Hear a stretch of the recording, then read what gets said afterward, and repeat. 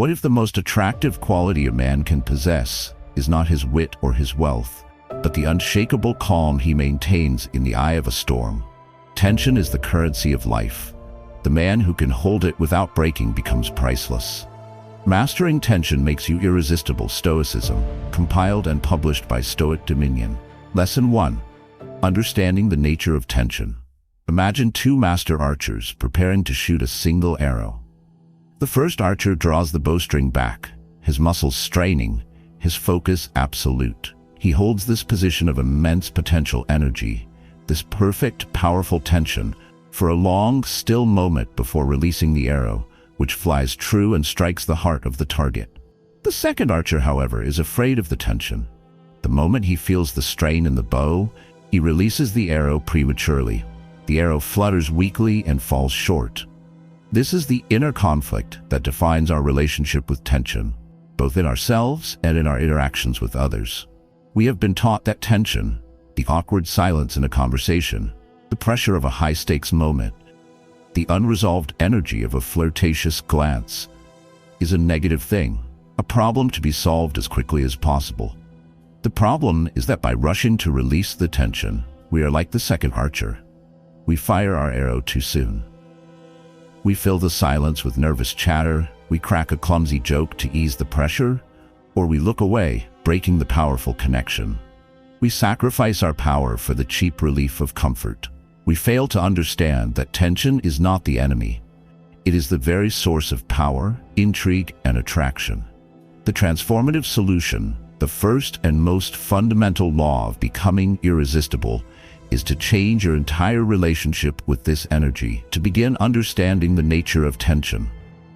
This is the practice of learning to see tension not as a threat to be eliminated, but as a form of potential energy to be held, mastered, and utilized. The core Stoic principle here is that of endurance and self-control. The Stoics were masters of enduring difficult situations without breaking. They understood that the man who can stand calmly in the fire, who can hold his position under pressure, is a man of immense strength. In a social context, tension is a form of psychological pressure. The person who can hold that tension without needing to immediately resolve it demonstrates an unshakable inner core. They are non-verbally communicating. This pressure does not disturb my peace. My inner state is not dependent on this situation being comfortable. This ability to hold a tense moment with a calm, even playful energy is incredibly rare and profoundly magnetic. It is the quiet confidence of the master archer, who is not afraid of the power he is holding in his hands. To begin mastering this powerful energy, you must first build your tolerance for it in small, controlled doses. The first actionable step is to practice the art of the pause. In your next conversation, deliberately allow for a few moments of complete silence. Do not rush to fill it. Simply hold eye contact, maintain a calm expression, and let the silence be. This is your first rep in tension training. The second step is to stop seeking resolution immediately. If you have a minor disagreement with someone, instead of needing to solve it right away, try saying, "Let's both take a moment to think about this." This demonstrates that you are not afraid of the unresolved tension between you. The third step is to use tension playfully. In a flirtatious conversation, hold eye contact for a second longer than you normally would. Let a smile play on your lips, but say nothing. This controlled use of tension is the very language of intrigue and attraction. The benefits of understanding and mastering tension are a complete transformation of your social power. You will move from being a person who is constantly reacting to and trying to diffuse tension to a person who can calmly hold it and even use it to your advantage. You will be perceived as more confident, more powerful, and far more intriguing. Your conversations will have a new depth and a magnetic pull, as you will no longer be afraid of the powerful, unspoken currents that flow beneath the surface of words. You become the master archer, who knows that the power of the arrow is born not in its release, but in the profound, controlled, and perfect tension that precedes it. Your practice for this week is to find one opportunity to simply allow a moment of silence in a conversation. Don't run from it. Just be present in it and feel its power.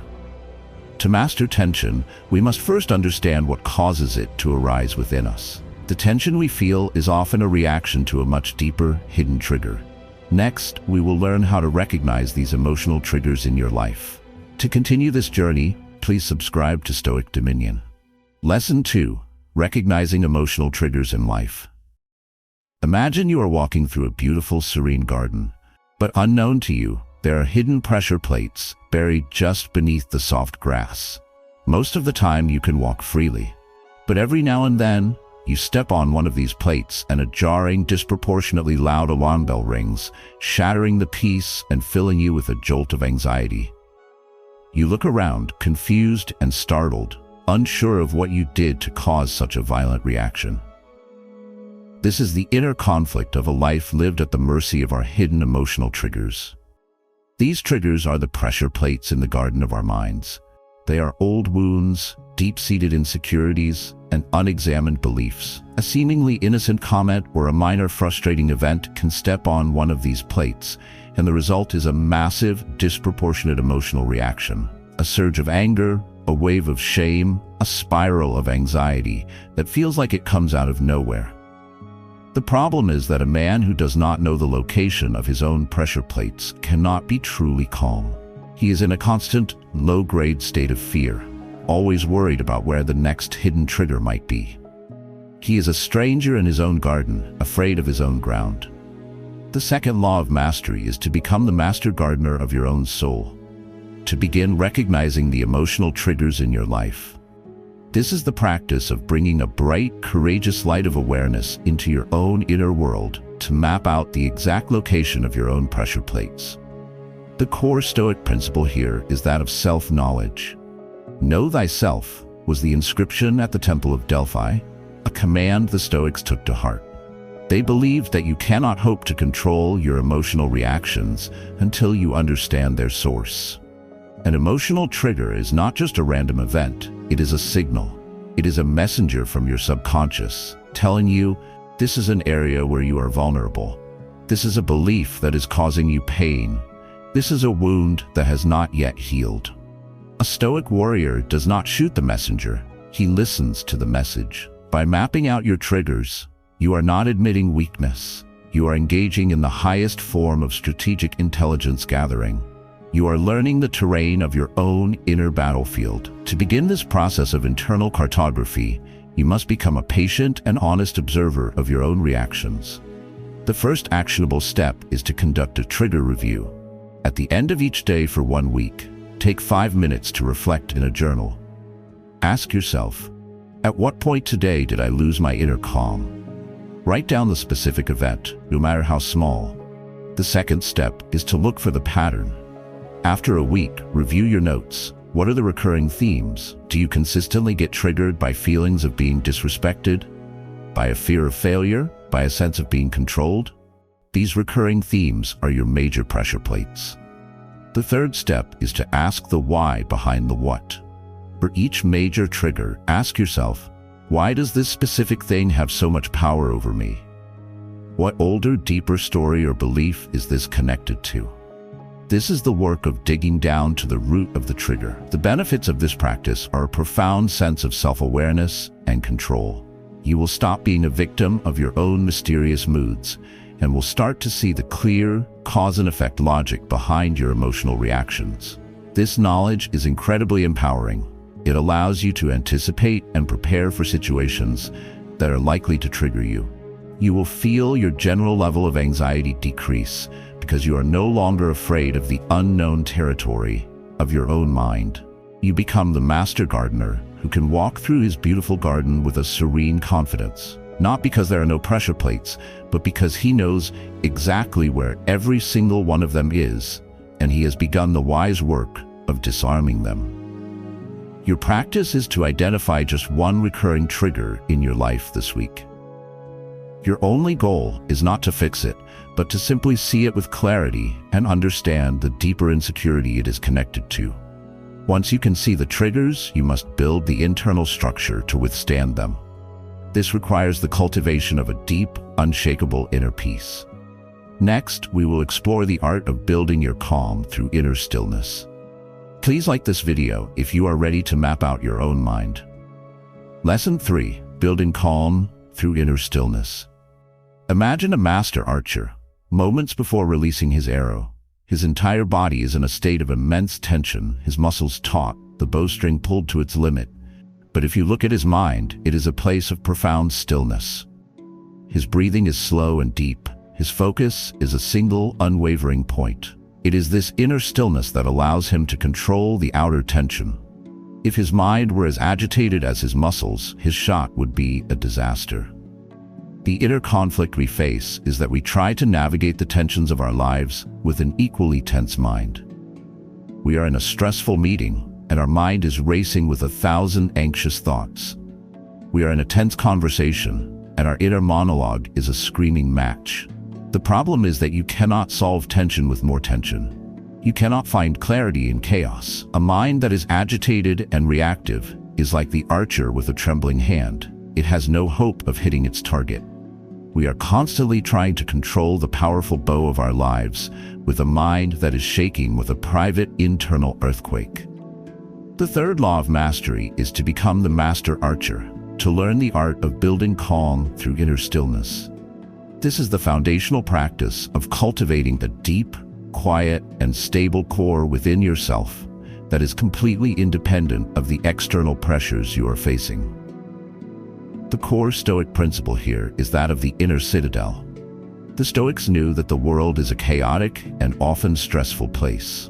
They did not believe in trying to control the world. They believed in building an inner fortress of peace so strong that the world could not control them. This inner stillness is not a passive, sleepy state. It is a highly alert, focused, and powerful state of being. It is the eye of the hurricane. It is the archer's calm mind. It is the deep well of tranquility from which all wise, effective, and powerful actions arise. A man who can access this inner stillness at will is a man who can handle any amount of external pressure without breaking. To begin the construction of your own inner citadel of stillness, you must lay the foundation with daily, consistent practice. The first actionable step is a non-negotiable commitment to a daily meditation or mindfulness practice. Start with just 5 to 10 minutes each morning. Your goal is not to have an empty mind, but to practice returning your attention again and again to a single point of focus, like your breath. Each time you return, you are building a muscle of calm. The second step is to incorporate stillness anchors into your day. These are pre-planned moments where you deliberately pause and find your center. This could be for 30 seconds before you walk into a meeting, or for a minute in your car before you walk into your home at the end of the day. You are drilling the act of accessing your calm. The third step is to practice mindful listening. In your next conversation, make your only goal to be a silent, receptive presence. Don't plan your response. Just listen. This practice quiets your own internal chatter and builds the habit of being a still, observant presence. The benefits of building this inner calm are that you will fundamentally change your relationship with pressure. You will no longer be a victim of it.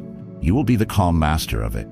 You will find that your ability to think clearly, to solve problems, and to communicate effectively in high-stakes situations increases dramatically. You will develop a quiet, solid, and magnetic presence, the presence of a man who is completely at home in his own skin and in his own mind. You become the master archer, whose devastating power and precision are a direct result of the profound, unshakable stillness at his very core. Your practice is to try one stillness anchor today. Before you begin your next important task, simply close your eyes, take 3 slow, deep breaths, and find your own inner quiet for just 60 seconds. When you can build this inner calm, you are ready for a truly profound transformation. You can begin to take the very pressure that used to break you and turn it into a source of your own personal power. Next, we will explore this powerful alchemy. Please subscribe to Stoic Dominion to continue building your inner citadel. Lesson 4. Turning pressure into personal power. Imagine a blacksmith forging a block of raw, unformed carbon. If he were to simply leave it on a shelf, it would remain a soft, black, and relatively worthless piece of material. But the blacksmith is a master of transformation. He subjects the carbon to immense, almost unimaginable pressure and intense heat. This process, which would pulverize a lesser substance, does something miraculous to the carbon. It realigns its very molecular structure, transforming it from a soft, common material into the hardest and most valuable substance on Earth, a diamond. The pressure was not the enemy of the carbon, it was the agent of its greatness. This is the inner conflict we face with pressure. When we are in a high-stakes moment, a crucial presentation, a difficult confrontation, a test of our character, we feel the immense psychological pressure, and we see it as a threat. Our instinct is to escape the pressure, to relieve it as quickly as possible. The problem is that by constantly avoiding pressure, we remain the soft piece of carbon. We deny ourselves the very force that is necessary to forge our own inner diamond. We see pressure as a weight that will crush us, not as a force that can transform us. The fourth law of mastery is to become the alchemist of your own soul, to learn the art of turning pressure into personal power. This is the practice of consciously and deliberately reframing your relationship with pressure, seeing it not as a threat, but as an opportunity. The core Stoic idea here is that every challenge is a chance to practice virtue. The pressure of a difficult situation is not just a problem to be solved, it is a perfectly designed workout for your character. The pressure of a tight deadline is a chance to practice the virtue of discipline. The pressure of a hostile negotiation is a chance to practice the virtue of composure. The pressure of a moral temptation is a chance to practice the virtue of integrity. A Stoic warrior does not pray for a life without pressure. He prays for the strength to withstand it and the wisdom to use it.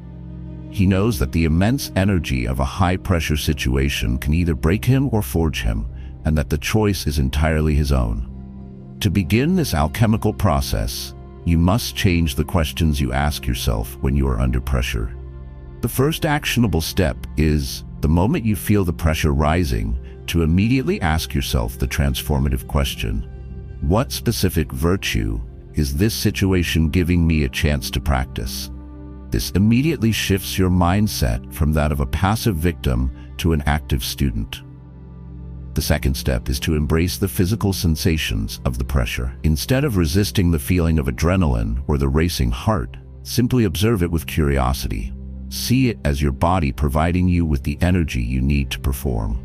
Reframe "I am feeling anxious" to "I am feeling energized and ready." The third step is to focus all your energy on the process, not the outcome. The pressure to succeed is often paralyzing. Release that. Instead, focus on the much smaller, more controllable goal of executing the immediate next step with absolute excellence and virtue. The benefits of this practice are that you will become a person who does not just tolerate pressure, but actually thrives on it. You will find that you do your best, most focused, and most powerful work when the stakes are highest. The fear of high-pressure situations will melt away, replaced by a quiet, eager confidence in your ability to use that energy for your own growth. You become the master blacksmith who is not afraid of the fire or the weight of the hammer, because he knows that these are the very tools he will use to forge the unbreakable diamond of his own character. Your practice for this week is to identify one upcoming situation that you feel pressure about. Instead of worrying about the outcome, your only goal is to decide which virtue you will make it your mission to practice during that event.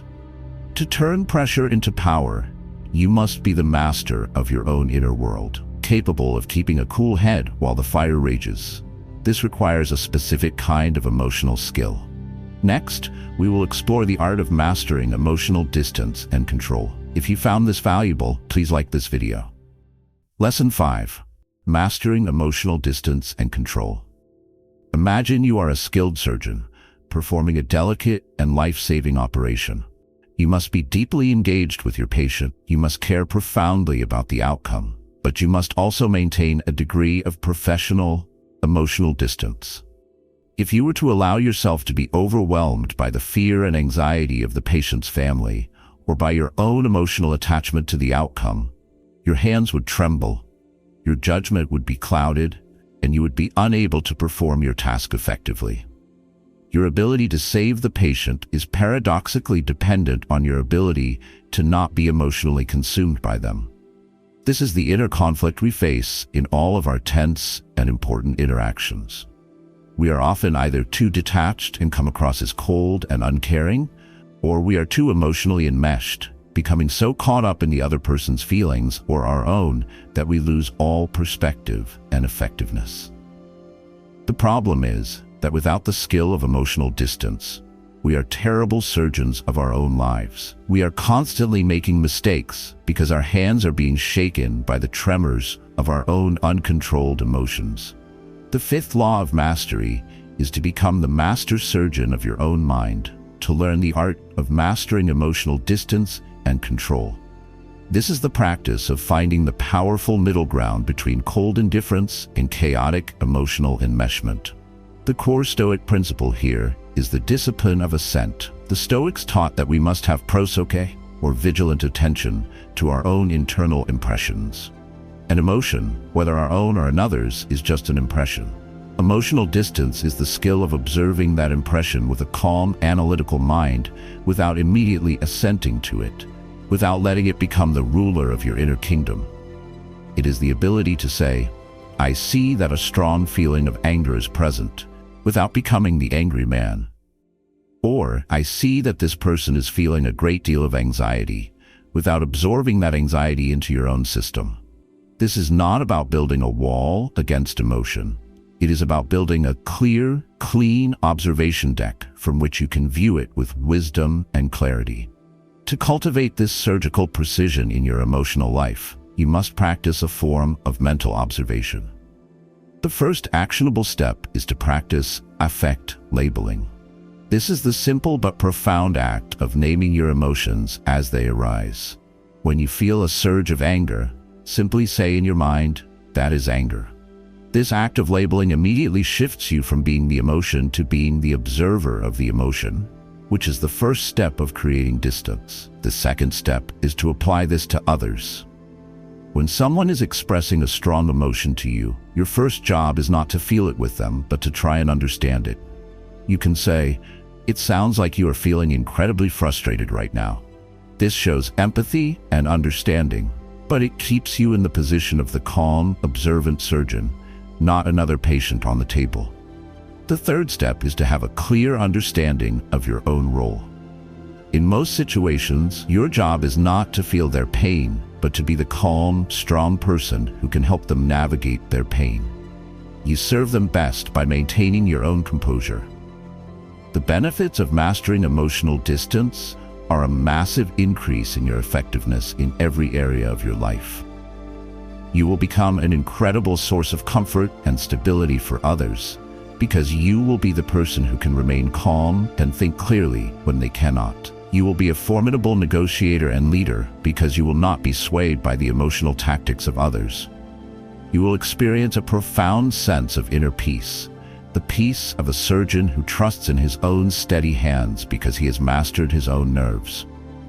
Your practice for your next difficult conversation is to make it your primary goal to simply label the emotions that arise, both in you and in the other person. Just be the scientist, calmly observing the data. When you can master this emotional distance, you will find yourself radiating a new and powerful kind of confidence, especially when the stakes are high. This is our next lesson. Next, we will explore how to radiate confidence in the most high-stakes moments. Please subscribe to Stoic Dominion to continue your training. Lesson 6. Radiating confidence in high-stakes moments. Imagine a tightrope walker, balanced on a thin wire, 1,000 feet in the air. The stakes could not be higher. A single moment of doubt, a single tremor of fear could lead to disaster. And yet, a master of the art moves with a serene, almost supernatural confidence. His every step is deliberate, his focus is absolute, and his body is a picture of calm, controlled grace. The crowd below is breathless, not just because of the danger, but because of the incredible display of confidence in the face of that danger. His confidence is not arrogance. It is a quiet, powerful radiation of his deep, unshakable trust in his own training and his own ability. This is the inner conflict we face in our own high-stakes moments. the crucial job interview, the difficult public speaking engagement, the moment we have to lead in a crisis. We are on the tightrope. The problem is that our inner state is often one of terror, not trust. We are so focused on the fear of falling that we cannot access the state of calm confidence we need to walk the line successfully. Our lack of inner confidence becomes a self-fulfilling prophecy, causing the very failure we are so afraid of. The sixth law of mastery is to become the tightrope walker of your own life, to learn to radiate confidence in high-stakes moments. This is the practice of generating a state of profound self-trust that is so powerful it not only calms your own nerves but also inspires confidence in everyone who is watching you. The core Stoic principle here is that true confidence is not based on the hope of a positive outcome, but on a deep and abiding faith in your own ability to handle any outcome. The tightrope walker's confidence is not in the belief that he will never fall. His confidence is in the knowledge that he has trained so relentlessly that he has minimized the chance of falling, and more importantly, that he has the strength and skill to handle a slip or a gust of wind. A Stoic's confidence is the same. It is an internal state based on a realistic assessment of his own trained character. He is confident not because he knows he will succeed, but because he knows he can endure failure with virtue and grace. To radiate this kind of authentic confidence, you must build it from the inside out. The first actionable step is radical preparation. As Seneca said, luck is what happens when preparation meets opportunity. The primary source of confidence is competence. You must do the work. Prepare for the meeting, rehearse the speech, train for the challenge until your plan is second nature. The second step is to practice outcome visualization, but with a Stoic twist. First, visualize your ideal performance, seeing yourself move with calm, focused grace. But then, you must also visualize the worst-case scenario. Imagine yourself failing completely, and then visualize yourself handling that failure with perfect Stoic composure and resilience. This practice removes the fear of failure, which is the greatest enemy of confidence. The third step is to master your pre-game ritual. Just as an athlete has a routine to get into the zone, you must have one too. This could be a few minutes of box breathing, listening to a powerful piece of music, or reviewing your core principles. This ritual is your trigger to switch into a state of calm, focused confidence. The benefits of this practice are that you will begin to perform at your absolute best when it matters most. The fear that used to paralyze you in high-stakes moments will be replaced by a sense of calm, focused excitement. You will develop a reputation as a clutch player, someone who is at their best under pressure. This will open up incredible opportunities in your life and your career. You become the master on the high wire whose calm, radiant confidence is so powerful that it not only ensures his own success, but inspires awe and trust in all who witness it. Your practice is to identify one upcoming high-stakes moment. Your mission is to create a simple, 5-minute pre-game ritual that you will perform immediately before it. When you can radiate confidence in even the most difficult moments, you have achieved a level of mastery that is truly rare. Your very presence becomes a powerful, attractive force. In our final lesson, we will explore this ultimate state of being. Please like and share this video to help others find their own confidence. Lesson 7. Becoming irresistible through Stoic presence. Imagine you're in the presence of a true master, a sage. They do not need to speak. They do not need to perform. They do not need to do anything at all. There is simply a quality to their being, a profound and powerful stillness, a deep and unshakable calm that makes them utterly captivating. Their presence is a quiet fire that warms and illuminates everything around it. It is not something they are doing. It is a natural radiation of who they are. This is the final and highest law of mastering tension. The inner conflict is that we often think of attractiveness or irresistibility as a set of external techniques. The right words to say, the right way to dress, the right things to do. We are constantly focused on the outer performance. The problem is that while these things can have a minor effect, they are just the surface. True, deep, and lasting irresistibility is not a tactic. It is a transmission. It is the silent, and powerful broadcast of a well-ordered, self-sufficient, and deeply peaceful inner world. A man who is still struggling, who is still a slave to his own emotional triggers and his need for validation, cannot fake this. His inner chaos will always leak out and betray him. The final transformative solution is to understand that the ultimate goal of all this training is to become irresistible through your Stoic presence. This is not about trying to be attractive to others. It is about committing so fully to the work of mastering yourself that your very presence becomes a testament to your strength, your discipline, and your inner peace. The core Stoic idea is that of the sophos, or the perfected sage. The sage is attractive not because he is trying to be, but because he is a living embodiment of virtue. He is so completely grounded in his own being, so free from neediness, so in command of his own mind, that he becomes a source of profound stability and order in a chaotic world. This is the most attractive quality a human being can possess. Your presence becomes a gift. It is the gift of your calm, your focus, your non-judgmental awareness.